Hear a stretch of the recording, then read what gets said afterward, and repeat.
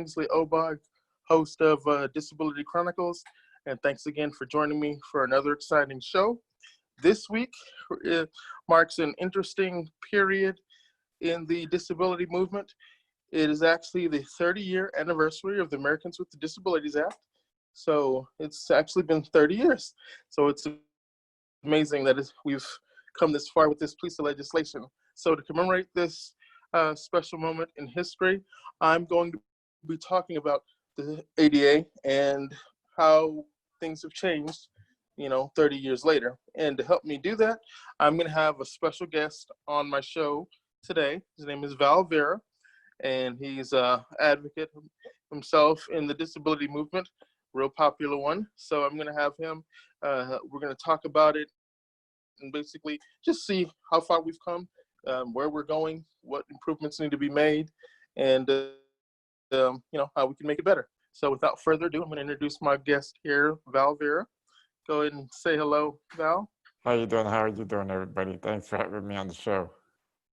You're welcome. Thanks, Val. Thanks for coming on Disability Chronicles. Really appreciate it. So basically, like I was saying, this is just going to be just a free-flowing conversation. I just wanted to get, somebody else's input, basically, on the ADA and what it's done so far or what it hasn't done. So basically, my first question, just sort of to get the audience familiar with your background. First of all, I'll tell them, like me and you, we met last year at the 29th anniversary of the Americans with Disabilities Act, and met in Denton, Texas, and had a real good conversation, and we've stayed in touch ever since.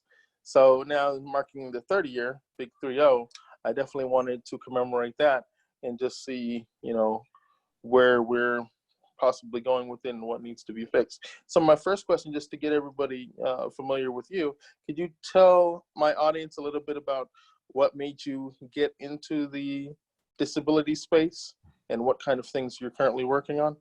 Yeah. Obviously, I think the biggest reason is being a disabled person kind of pushes you into getting into that space. But I think the biggest thing that pushed me into getting into disability justice work is just the need for it. There's a need to amplify voices in our community. There's a need to amplify disabled, Black, Indigenous, people of color voices in our community. And there's just a need. So living here in Denton and realizing that wasn't being done, I kind of took it upon myself to start doing that. So awesome. That's where I started Disability Inclusion Society, which is a grassroots organization of disabled people for disabled people. There you go. And what awesome. We do, I mean, we've done a lot of stuff in just under a year. Yeah, I remember when I first met you last year. Yeah, we were doing that big event right there in Denton, like that Denton Square, and y'all had a really nice, organized thing spread out. Y'all had signs, chairs, and had speakers from everywhere, and I was just amazed to see that many of us in one space. Well, I was amazed. I was told afterward that was the first and only disability rights rally ever in Denton, Texas. So. Oh, really? Yeah. Oh yeah. So. It was 2019, and that happened. So that really tells you how much of a need there is. Wow. Yeah, definitely. And I remember some of my good memories from that was just being there and just hearing everybody's story was, it helped me realize that, I wasn't alone. And then, because sometimes, being disabled, sometimes you can sort of feel like you're alone and nobody else is going through it. But when you hear other people's stories, how closely we all are interwoven. So. Exactly. Well, especially during this time, during the pandemic, I mean, a lot of people are so isolated. It can be hard to get through. Yeah, and then that leads to a whole host of other issues, depression, and it just Yes. then the spiral. So I know, definitely. Wasn't for that, we'd all be together in person, but virtual is good, so we're able to still communicate that way. So awesome, awesome. Okay. So like I said, then another one of my kind of follow-up questions to that is like the ADA. I know some of us are old enough to remember, prior to the ADA, what life was like, and then post ADA. So I have some very vivid memories of post ADA, pre ADA, where I remember getting moved around from one school to the other because the school districts would basically tell me they didn't have a program that could accommodate me. So I'm Right. getting moved around. And I just wanted to get your thoughts on that. Do you remember, like, prior to the ADA, how was Oh, life like oh for you? yeah. I mean, when the ADA was signed, I was 22. So, Mm. I lived 22 years before the ADA, so that was through high school and Oh, just wow. started college. So pre-ADA, um, there's just a lot of physical barriers from what I can remember. I mean, Mm. my first real big memory as a child of facing that was my father at the time taking me to Toys R Us. Mm-hmm. And back then, the front entrance were barricaded so people wouldn't take the carts, Mm. the shopping carts. Well, when you Mm-hmm. barricade that, you can't get a wheelchair through there either. So he Yeah. so he literally had to carry me from the vehicle Wow. in his arms through the store, up and down each aisle, just Mm. to buy me a train set. So have we Mm. gone a long way since then in that perspective? Oh, of course. I Okay. mean, as far as physical access to that degree, there has been a lot of change. Okay. Should we be content with that? That's a different story.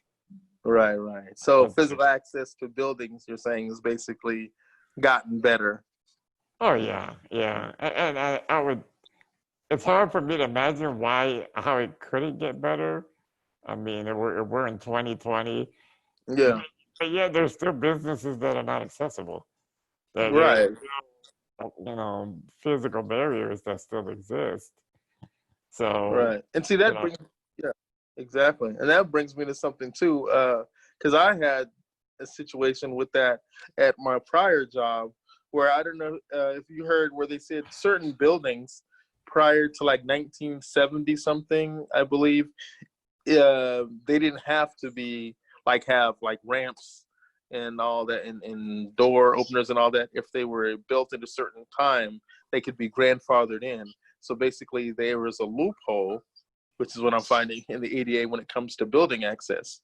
Did you yeah. find that as a problem too? Like certain buildings, even now, there's loopholes where they don't have to be accommodating. Most of Well, the buildings are. and what the misnomer of that is, there's no such thing as grandfathered in. What it is that older buildings have to show that there would be a financial burden and it would Mm-hmm. not be feasible for them to make it accessible. However, they still have to have a plan on how to make it accessible. So, Right. so not really a grandfather clause that tells them you never have to be Mm-hmm. accessible. They actually have to prove that they cannot do it at the time, but that there is a plan to do so. So, Oh, okay. yeah. Okay. So that I mean, that's a lot of people like to use the grandfather clause, and there's really no such thing as a grandfather clause. Yeah. Them are, So, so if that would happen, I would ask them, well, what is your plan to? Well, let me see your ADA plan to make it accessible. right. And then you see a lot of blank stares. They're like, "Oh, plan. Exactly. Oh my God, Exactly. what do you mean? What does he do?" Because I know I got that, especially when you have to be the lone rebel and sort of bring that Uh-huh. up. So yeah, awesome, awesome. So and another a few other questions, just sort of in that same category. Right. So you mentioned building. As far as what about like education and like employment? Tell a little bit about like pre because you said you were 21 prior to the 80s. So how Right. was like education and then employment before ADA, and then we'll talk about after. Well, from education, I moved from Chicago to a small town in Ohio where it was just me and my sister who were the only disabled people in the school district. So we attended a junior high that was 2-story that didn't have an elevator. So Wow. I was in the same classroom all day. Everybody else Oh, came, dang. everybody else came to that one classroom. So when it was time to switch classes, I would just stay there. Students would leave, then the next batch would come in for the next class. So that's how that worked. In high school, there was an elevator. We used to take the short bus, of course. You know, the one accessible bus that they had. Yeah. You know, Yeah. we had our adaptive PE, which was really nothing. I mean, it wasn't, it's there was just a lot of ignorance, and it's ignorance of just not knowing what to do and how to do things. Right. Especially in a small town, I can't say that I experienced that in a bigger city. I don't think I even had a 504 plan or an IEP or anything like that. So, because Right. it was just, my disabilities are physical. So, but yeah, it felt like that we just winged it. Yeah.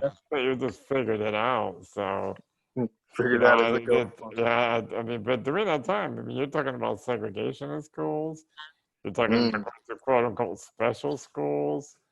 All that existed, through much of the 80s into the early 90s, where Yeah. you had, special schools for I hate this word, for the quote unquote handicapped, Yeah. and They basically.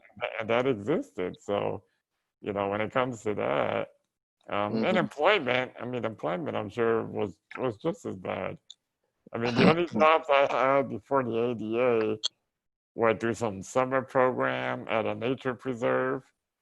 And so it wasn't really, and I don't remember what I did. It was some 6-week program, but Yeah. but I think the big thing that was missing then, it was just the awareness and the education. Yeah. And unfortunately, I was not part of the movement at that time. So, Right. during that time, in 70s, 80s, and right before the ADA, you had a disability rights movement that was predominantly, in the West Coast in California. Um, and it was predominantly white. Yep. I was about to say that. The disability rights movement is a white movement. So, and it was a white movement at that time. That's not to say that there were no people of color and that there were no black people, because I'm sure there were. But the leaders at that time and any leaders in organizations were either disabled and white or non-disabled and white. Right. Right. You know, Now yeah. Now we're both minorities, so and that brings me to like a question. So, what do you think? Okay, I'm gonna say it. So the disabled experience. I mean, would you say it's different for people of color versus people that are? heck yeah. Of course, well, I think we have to Right. be the things that it's a beautiful thing because we have intersectional experiences. Myself as a Latino and disabled, I have two cultures to pull from. Yourself as a black man who's disabled, you have two cultures to pull from. At the Right. same time, our cultures also impact our disability experience, whether it's religion, whether it's upbringing, whether it's traditions. Yes. It could be just family pride that really takes care of their own, but in the same way it does damage to a disabled child because they're not seeking services. Right. Right. Because we take care of our own, we keep it at home. Right. So Exactly. where you know, I hate to generalize, but the disabled white individuals, it's just a different experience. It really is. Yeah. Yeah, So, yeah. and I know that in thinking back on my childhood and my early adulthood, it's just a different experience. So Yeah. am I surprised that I was not part of that? I'm not that surprised. You know, I Yeah. wasn't aware of it. I wasn't part of it. I didn't go to any camps. I mean, Hmm. my parents were not going to send me to a summer camp with other disabled kids. I mean, they would. I mean, for them, Yeah. they were protective. So you know, Right. and it's just one of the traits of a Latino family where you're not going to send your your disabled Hmm. kid out with a bunch of strangers. So Right. As was mine. Yeah. My parents are yeah, still. exactly. Yeah. My Now, parents are still. now, now, has that changed? A lot. It's changing. It's changing now. We're talking 30 years later. So Hmm. you know, I think with a lot of the social unrest, the George Floyd, Right. police brutality, I think with all of that in the limelight, in the midst of our society, there is a place for disabled people. You know, Yeah. there's the 30 to 50% of police brutality involves a disabled person of color. Yeah. So, you know, Hmm. disabled people get assaulted by police. Disabled people are discriminated by color.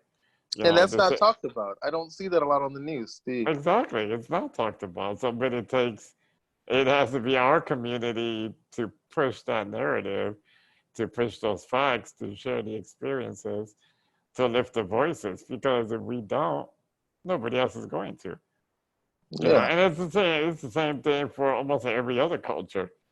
Hmm. As a black person, I mean, unless that community says, you know what, I'm tired of this already. It's time Yeah. to hit the streets and it's time to make a change. Really, Yeah. nobody's gonna do anything about it.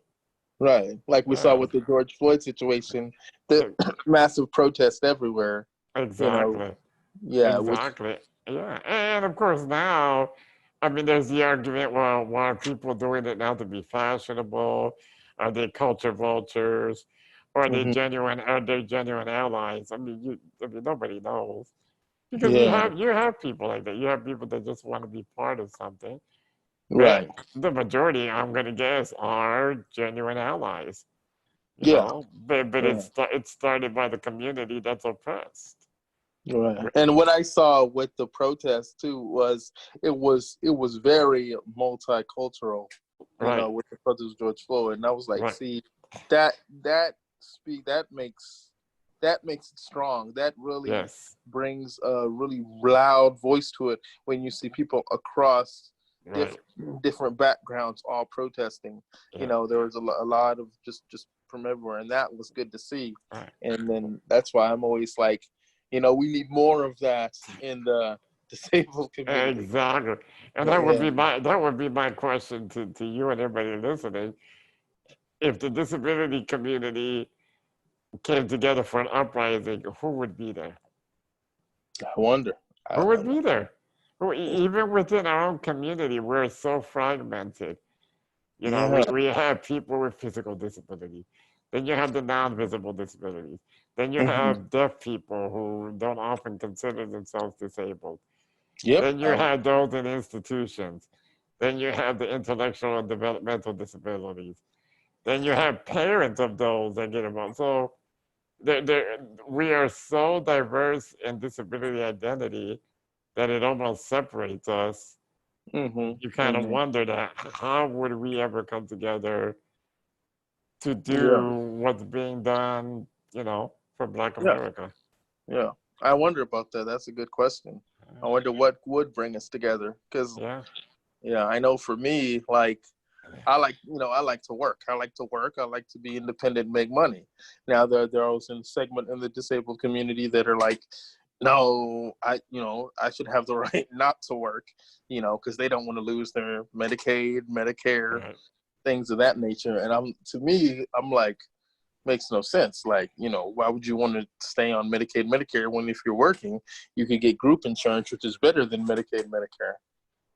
It's just Yeah, that different mindset, for the people in the disabled community. right. We're all on our own thing. So, Yeah, and sometimes it's disability. I mean, some disabilities are unpredictable and severe, where you know that I can work 3 months, and then something's gonna happen. I'm gonna get sick. I mean, there's that instability in some Hmm. disabilities that don't allow you to say, "Hey, I'm ready to go to work and I want a full-time job." Some people just don't. There are privileges even within our community. I Yeah, mean, there are disabled people that have privilege over other disabled people. right. So, I mean, Exactly. that's just the way it is. Yeah, yeah, and that's not talked about. So Yeah. definitely. All right, awesome. Thanks for that. So then, Uh-huh. so we talked about pre ADA. So I think we got a little bit into it. So post, so post ADA, after it's signed and everything, there's been changes. So like, okay, like for example, I say, okay, so we can go to school and we don't have to be like locked away in that hallway and stuff. We can sort of I think that it's felt like there was, at least in school, there was a push for more mainstream. So I Right. guess that's okay. So I guess post ADA, the push for mainstream, and be included with the other kids, quote unquote normal kids, that was probably a benefit post ADA. Would you agree with that assessment? Yeah, I would agree with it. It's the implementation of that though, because for you and I who can think back and say, post ADA, for me, I was in college, so college is a little different than any high school Mm-hmm. or elementary school. But I'm sure there are other individuals who say, no, I couldn't get my IEP. It wasn't enforced. I didn't get a tutor. I couldn't get this. I couldn't get that. Whatever it was. So Mm-hmm. Yeah. obviously post ADA, there's now we have a law that calls for basically civil rights for disabled individuals. Yeah. A lot of people look at it as, well, it's just for access, it's for business, it's for employment. It's a civil rights law. It's what it Yeah. is. Yeah. It was So, basically patterned after the civil rights law. Yeah. yeah, so the civil rights law is broken up into 5 areas. And, I think even within our community, we don't look at it enough as a civil rights law. No. No. Because when you can't get into a business or a store, your civil rights are being violated. Right. If Right. you, if you apply for a job and they literally don't hire you because of your disability, your civil rights are being violated. Yeah. And When you that. wait, And that. Yeah. when you wait for a bus and it doesn't have access to get in, your civil rights are being violated. I mean, Exactly. when you get on a website and it doesn't have, accessible technology for someone who's blind to use it, their civil rights are being violated. So, Right. but the problem with that, the biggest problem with the ADA, if, Mhm. if we can say, the biggest problem with the ADA is there's no enforcement. Thank you. We You can't read my enforce it. mind. We Yeah. can't, and I'm sure we're going to talk about that later, but I could just bring it up. There's just no enforcement. The Right. enforcement is I, as a disabled person, can obtain an attorney to sue, Hmm. or I can call the Department of Justice, file a complaint, and that's it. Exactly. And that's it. So, I don't know what other civil rights law exists that puts it upon the person that's being oppressed to do something about it. And So I don't think there is one. there is none. So, the ADA without enforcement really becomes just a strong suggestion. Because if you're a business and you're not being enforced to follow the ADA, if you're a small mom and pop business, maybe in an older building, and you got a step, and you can say, "Oh, well, I don't have the money," and this and that, and there's no enforcement. It's a suggestion. It's not a law. Right. And those of us who are being oppressed are called upon to enforce the law that can't be enforced. Right. Right. Yeah. Exactly. So it becomes, in many ways, the ADA becomes a barrier more so than what people think. Right, right. I mean, because the people, I mean, how many times would one of, person in our community, a disabled person, would pass a business and they can't enter it? How Mm, many times are they just gonna say, "Oh well, I just won't go in, or go somewhere else"? Because mm. because we already know, like, okay, what are our options here? What do we do? I can't call the police. My local government is not going to help me. My city council is not going to help me because there's a federal law, but the federal law doesn't really help me to enforce it. Right. Yeah, It's yeah. just sort of there. See, that's my thing. I'm glad you brought that up because I have had many battles with the ADA myself, and I had to call, the Justice Department. And when you call the Justice Department and you want to speak with somebody regarding the ADA, guess what you hear? Please leave your name and number, and someone will get back to you shortly. And I was like, really? And I'm like, dang. And that was Yeah, about 7, 8 years ago. And guess what? They never got back to me. They never got back to me, pal. I left yeah. the message. I'm like, man, And, and I think that goes back to your question of like, how did you end up getting into this work or why? It's because mhm. of that. It's because of that right there. And Yeah, I think, if you're disabled and you're doing this kind of work and you're not passionate and if you're not unapologetic by it, if you're not angry a little bit about it, then you may have to rethink about what you're doing because there's a lot to be angry about. There- right. There's a lot to be passionate about. I mean, Mm, there's a lot to be done. So, yeah, and if you're not part of that process, then it just becomes a hindrance to the community because for every one or two of people that are doing the work, there are three or four that are either not or they're just content with the way things are. see. You know? Yeah. And the whole perspective is, well, it's better than what it used to be. Yeah. That's not good enough. Progress is not good enough. Right, right. Progress is every year, oh, we made progress. But Yeah, civil rights is not a progress. It either is or it isn't. yeah. And see, that's the thing. I think once they think, okay, well, so a lot, there in some people's mindsets, it's like, oh, we passed this legislation. Okay, things are good now. That's good. It's sort of like, when we had our first African American president. Okay, so racism is over. We have our first African American president. Everything's good. Well, No. look what happened 8 years later. I mean, that's the thing. We For see what for happens. for every Yeah. one Obama, we have 20 Trumps. You're right. You Well, know, there you go. so for every one little beautiful, accessible, inclusive place, we got 20 that are not.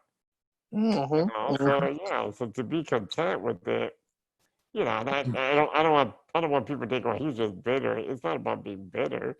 No. It's about knowing that my human life is valuable, I'm worthy, Yes. and I am entitled to full access and inclusion, just like everyone else is. Exactly. And all of us should think that way. Now, Exactly. it may look different, it may feel different, but whatever it is, it's full access and inclusion. Exactly. Yeah, we deserve the same. It's the same thing with any other kind of civil rights legislation. It's all about making everyone, no matter your color of your skin, your ethnicity, your gender, all that your disability, making everyone on a level playing field, giving Right. everyone the same rights that other people that are quote unquote non-disabled get, making us all have the same rights as not trying to get religious here, but as endowed by our Creator. Everyone has the right to life, liberty, and happiness, and that I think that's the intent of the ADA. But my question is always like, okay, so that was nice on paper, but like we just touched on, some of the problems here is there's no teeth. So it's no teeth, so no enforcement. And then also, would you say it's so broad? Like it's just so it's so like wide that it's left up to interpretation. Is what I'm Right. trying to say. Exactly. Because Businesses, you have a yeah, lot of words like reasonable. Like That's the the word I term don't like. reasonable accommodation. What does reasonable mean? You Right, know, and undue hardship. What does hardship mean? And I'm right. sure scholars and the lawyers have had to define that. But if that can be argued, then again, what the law itself does, Right, like you said, doesn't have any teeth. I mean, right. it has baby teeth that can be whittled away by a real good lawyer, you Exactly. know, knocked And out. that's what a good So, lawyer will do, whittle it ex- away. And exactly. So, you know, the terminology, the broadness, the scope, you know, it just, you know, again, thinking about the civil rights that removed, you know, segregation of bathrooms and this and that. I mean, those were specific. Those are yeah, specific, and you know, employment laws for non-discrimination, and you know, we even have affirmative action to do that. There's no affirmative action for disabled people. no, There's no. some tax credits, you know, Right, but when you come down to it, why should those things exist anyway? right. I, It- it- a person of color should be hired because of their skill, not because of their color. A person right. with a disability should be hired because of their skill, not because of their There. disability or ability. Right. Exactly. Exactly. And that's what I'm saying. And it's that word and that like double speak, as I call it, that makes it really just difficult for people with disabilities. One, like in the hiring process, then when they get hired, then staying on the job. Because the way that the ADA is written, the whole with or without accommodations, like we're saying, what does that mean? So if I, okay, so with or without, let's think about that. If I can do the job without the accommodation, then there's no need for me to ask for an accommodation. So Right, that basically cancels that out right there. It shouldn't right. be with or without. It should be, okay, you need an accommodation. Let's see how we can provide it for you. But see, that helps companies. I think it's more of a liability thing, to where companies can like get out of it with or without. And that's another good example that, you know, for those that know, you know, when you go to a job interview, you get the job, they say you need an accommodation. There's supposed to be an interactive process between you and the employer. So, but again, that again puts it upon the disabled person to, okay, so now I got to explain what exactly I need, how my body functions, how my mind functions, Yeah, or how it doesn't function, so we can figure out how best I can do the job. yeah. You know how burdensome that can be on an individual to have to Mhm. be vulnerable like that to someone that they don't know just so they can get a job. Yeah. I mean, I And know. that's, you know, and I understand the need to do that because, unfortunately, a non-disabled employer is not going to know jack about dis- No. disability, unfortunately. So again, it's put upon us Right. to, to educate, to explain, to justify, to, Hmm. and again, it's put on disabled people. Yeah. So, And that leaves us in a disadvantage, wouldn't you say? Because where we have to lay bare like our where we fall short on the job. I right, mean, how does that make that? How does that make that employee look to the employer? Like, man, right, why did I hire you right. if you're having all these issues? Well, and it's funny because in when I was able to work, you know, the good 10, 12-year experience, all my work experience was in disability related work. Mm. So, so my bosses had disabilities. I work with people with disabilities. So I was never in the private sector, business sector, where I worked with non-disabled people. So Mm. I was fortunate in that way for that. Did I go for interviews for, you know, I was a radio TV major. I went to dozens of interviews, TV stations, radio stations. They were not accessible. I Mm. mean, they're not accessible. Questioning, well, how would you do the job? Well, I don't know if we can do that. Yeah, this may not work, you know, because of your chair. So, and this is after ADA. So, Sure. so when you go through interviews and people ask you those questions, I mean, you're Yeah. done. You're Yeah. done. Yeah, I You're mean, good. Yeah. you know And you are. yeah, and that leads me to the other thing. So, and that's the other part where, and this got me too, because these, private sector companies that may get like money for hiring disabled people, and then also public sector companies that they're like it's their duty to hire us. Because I know when Obama was in office, I think the requirement for like public sector agencies was raised from 2% disabled people in the workforce to 7%. But even that, I don't think came true because the public sector has their way of not hiring disabled people in their process of hiring. They'll just say, oh, Yeah. you got beat up by a vet or something. And this is all post ADA, you know? So I think we still have some issues. But yeah, that's the A problem. few. Yeah, and I think the big thing is what people don't realize, ableism is real, and Mm, ableism was created by non-disabled people. Just like mm, racism was created by white people. Okay? mhm. But it's put upon us, disabled individuals, to dismantle ableism. Mhm. But Exactly. we can't do that without non-disabled people. Mhm. Just like people of color cannot dismantle racism without those that created racism. Right. That's what now when you see the marches and the taking down of Confederate statues, a lot of that work is going hand in hand with people of color and white people because Mhm. it has to. It has to. White people need to understand they are part of the problem, identify it, fix it, and I'll work on it. Yeah. The same thing with non-disabled people. Non-disabled people are part of the problem. They Mhm. need to identify that. They need to fix it and work on it. Mhm. Because So us doing it on ourselves, it won't get done. no, no, it's a collaborative effort. When just saying everybody, Exactly. right, right, and that's the thing. All of us working together, and so that was bringing me to my sort of brings me to this other questions I have too. So that's where we would I guess we would say it's good, but it's fallen short as far as I think we talked about it. There's no teeth in it.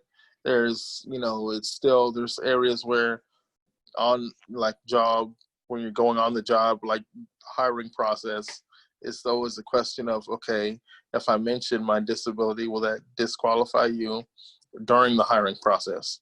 Yeah, and see, that's another thing. What do you think about? And I was going to ask you about that. What do you think about that? Because there's also that debate too. Is we have the ADA now, right? So it's supposed to help us, like I was saying, in the hiring process, and then when you get on the job, there's a debate about okay, whether to disclose or not disclose in the hiring process. And I came up on that, and I'm always kind of hesitant. Do I get the accommodation during the hiring process or wait and just pray to the good Lord that I get the job and then I ask for accommodation? What's your thoughts on like whether to disclose or not to disclose during the hiring process? That's so tricky because I think there's a for someone with a physical disability like myself, it's disclosed as soon as they see me. So Mm-hmm. in a way, there's an advantage. I don't have to talk about it. I don't have to bring it up. You see it. You see the wheelchair. So it's there. The negative aspect of that, as soon as you see it, they've already made up their mind. So Mm-hmm. as soon as I roll in, and a potential employer is already got questions in their head. They've already got stigmas in their head. They've got preconceived notions in their head. Mm-hmm. Versus someone who has a non-visible disability, an employer doesn't know, that you may have, that you may be living with a mental illness or bipolar or whatever other non-visible disability it is.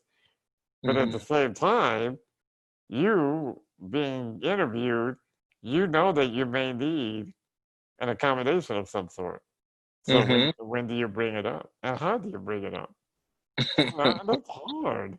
That's hard Very. because again, it puts the burden on the person. It puts the burden on us to be the educators, and I don't know which one I'd rather be. I mean, I guess for me, being physically disabled all my life, it's all I know. So, and I can tell when I used to go on interviews, you can tell when an employer shuts off as soon as they Yeah, see you. yeah, yeah, And I've tried both ways. I've tried to, by law, they're not allowed to ask anything about your disability. But yeah. I've learned to say, do you have any questions about my ability to do the job? Right, And that's right. what I used to ask. I mean, do you have any? Because that opens up the conversation to, Yeah. and a lot of employers didn't know how to answer that. Yeah, of course. They're not going to say, "Oh, well, yeah, I I have a question." Like, okay, do I have to like widen the workspace for you? Do I got to Exactly. put some kind of software on my system for you? Of course, they're Yeah. not going to say that. I always call it the "oh crap" look. Well, like they hear me on the phone, I'm like, "Oh man," because my resume speaks for itself. Right. My education, my experience, all that speaks for itself. I can get in the door in any, whether it's a Fortune 500 company, whether it's a public sector company, I get in the door in any of those. But Right. once I go in there with my crutches, it's like, oh, we didn't know he was, and then Yeah. so yeah, and then they just get all like, then they smile at you, that big smile. But right when they smile, it's that I get that feeling like, yeah, Yeah, I'm done. it's gonna be a short interview. But So, I'm gonna guess. I'm gonna guess that with larger companies, um, that have departments that are either affirmative action, diversity hiring, or whatever you want to call it. And there's a lot now. There are a lot of companies that are being trained, and I'm not gonna say that the training is all that good, but I'm gonna guess that now that process may be a little easier than what it used to be 10, 15, 20 years ago. I mean, it has to be. I can't, I have not been on the job interview in forever, so I don't know, but I'm hopeful that that process is a little bit less challenging for those going to work. And that's a big assumption, so yeah. that's a big assumption right there. It's just, I don't know. I've been on. It just depends, really. I think if you got the right chemistry with like the Yeah. interviewer, the person you're interviewing with, because a lot of this comes to is it just comes down to that chemistry. Because a lot of these companies, yeah, the chemistry, and then the state too. I think the state that you're in, because Yeah. Texas is a work at will, hire at will state. So those things come into play. Whether you just when you go in the company, I always do research before, like when I go in for an interview. I always check the background of my company, what they're about, founders, what their mission statement is, the vision, Right. and sort of try to get a feel as to, is this a company that's about inclusion, about trying to include people from, other backgrounds, races, ethnicities, physical abilities, all, and sometimes you can get a good sense of that, the company's culture from reading about it. Sometimes you can't until you go in the interview. So I Right. would say, yeah, it's gotten a little bit better. I think more in the public sector with some companies that really make a push. I mean, agencies, sorry, that really make a push to hire disabled people. In the private sector, though, so the public is getting there. Private sector just really depends on the chemistry with the employer. So I'll say, Yeah. yeah, And like everyone else, I think practice, practice, practice. If you're a disabled individual and you're looking for work and I mean, it's just practice, and it's being confident in yourself and being confident in your disability. I mean, you have to know. I mean, you're the one that knows best about what you're able to do and what you may need an accommodation to do. So you're the expert, and you have to come across that way. Right, exactly. And it's just you're hoping and you're praying that the interviewer, slash, that maybe your boss eventually will have that open mind and will say, okay, let me give them a shot. Because that's all we really need. That's all, and in my mind, the ADA is a law that was, I feel like it's an opportunity. It's a tool to give us try to get our foot in the door, foot in the door in employment, foot in the door, to go further in education, be able to, own our own house, have access to buildings. It's a tool to give us our foot in the door. Now, is it a perfect tool? No, still needs some work. So hence why we're talking 30 years later. Okay, 30 so years later. 30 years later, and I can still go down a couple miles and see a business that I can't get in. yeah, And so 30 years later, where none of my elected officials locally represent me or look like me because they're right, not disabled. You yeah, know, not yeah. 30 years later, and we have able-bodied actors playing disabled people on TV or in the movie. That's another thing. You That's know, another so thing. 30 years later, I mean, there's a lot about 30 years later that people need to realize, and and that's when I say, we can be content, or those that want to be content with the access part, but when we're talking about the bigger picture, then that's where the work has to be done. You're right. You're Because right. again, representation is everything. And Mm-hmm. do I care about an elected official who knows nothing about disability or doesn't relate to me? Not really. No, really. Yeah. You're just another non-disabled person to me. Do I care about the a non-disabled actor playing a quadriplegic in the movie and probably wins an Oscar? No, I don't care about that.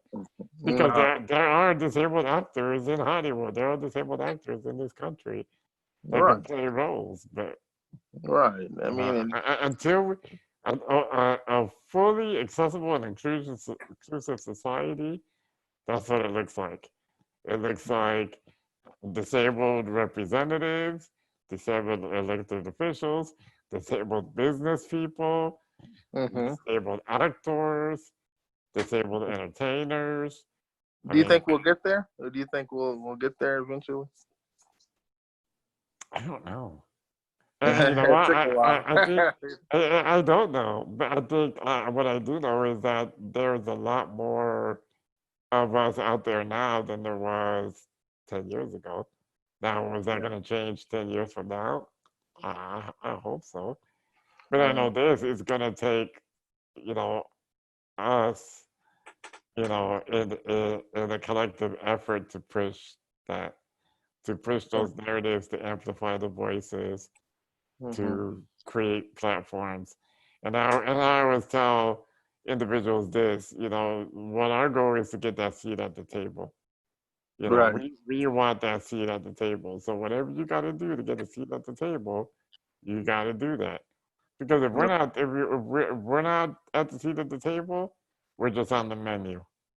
Yeah. That's Good way to it. put So it. what do you want to be? Do you want to be on the menu or do you want to be at the seat at the table?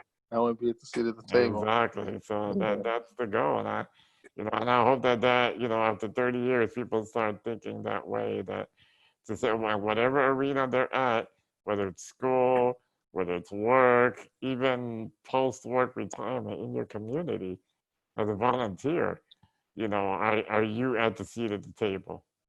Right. Right. And what can you do to get there? That's the thing. Exactly. That's the thing. Yeah, So hopefully we'll see. So next year will be 31 years, and we'll see where we get then. we So, will. but yeah, definitely. But yeah, that's I think about it. That's all the questions I had so far. Okay. Yeah, regarding the whole ADA, and hopefully it gets better. So we'll see.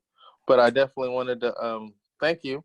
Thank you for joining me on my show, KO Disability Chronicles, and it's just a pleasure to have you and get your insight. And hopefully we can do this again. I appreciate you letting me on the show, and I'm always happy to join you. All right, thanks. Appreciate it. Again, everyone, this is Kingsley Obug, host of KO Disability Chronicles, and I had my host on here, Val Vera, and we talked about 30 years,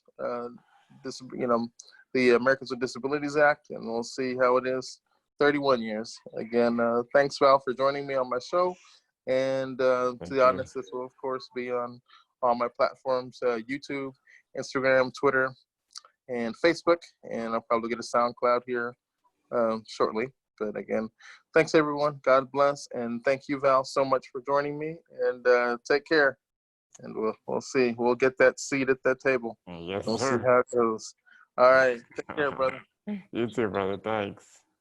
All right.